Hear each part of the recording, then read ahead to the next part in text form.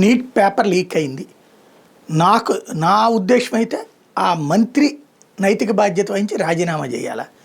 సరే, ఇప్పుడు అయిపోయిన రోజులు కాబట్టి అది వదిలేస్తే ఒక కీలకమైన పనిని మనం గమనించాల్సి ఉంది. ఇందులో బీజేపీ పాలిత రాష్ట్రాల్లోనూ అయ్యింది, కేరళ లాంటి చోట్లకి వెళ్ళింది. ఇక్కడ బీజేపీ పాలిత రాష్ట్రాల్లోకి వెళ్ళినప్పుడు దాన్ని కవరప్ చేసుకునే ప్రయత్నం చేయాలి. దాని మీద సిబిఐ దర్యాప్తు వేయించి మరి లోపలేస్తున్నారు. ఇప్పటికే 5గురిని అరెస్ట్ చేశారు. మిగతా వాళ్ళు ఒక 20 మంది దాకా పట్టుకుంటున్నారు. ఇందులో జరిగినటువంటి లోపం ఎక్కడ అనేది పసిగట్టే పనిలో ఉన్నారు.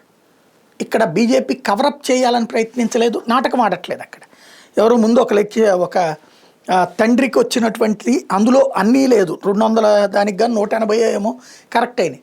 ఆ ఆస్పెక్ట్లు తప్పించుకోవచ్చు, కానీ గెస్ట్ పేపర్ ఇది అన్నటువంటి కానీ ఆ లెక్చరర్ గారి దగ్గరికి వెళ్తే లెక్చరర్ గారును ఆ తండ్రి కలిసి పోలీస్ స్టేషన్కి వెళ్ళి చెప్తే పోలీసులు చెప్పగానే కేసు కట్టి అరెస్టులు చేస్తున్నారే తప్ప దాచిపెట్టే ప్రయత్నం చేయాల.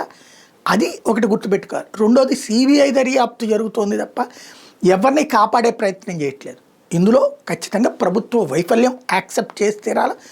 నెల పడుతుందా 2 నెలలు పడుతుందా పరీక్ష నిర్వహించడం, ఆ బాధ ఖచ్చితంగా ఉంటుంది. అయితే ఇప్పుడు ఆ అంశంలో ఉండే అసంతృప్తిని ప్రతిపక్షం క్యాష్ చేసుకునే ప్రయత్నం చేస్తుంది. రాహుల్ గాంధీ లాంటి వాళ్ళు ఈ ప్రభుత్వం అసలు ఒక్క క్షణం కూడా అధికారంలో ఉండటానికి వీల్లేదంటే జంజీ రోడ్లెక్కి ఉద్యమించండి, మోడీ సర్కార్ని దించేయండి అని పిలుపునిస్తున్నారు కేజ్రీవాల్.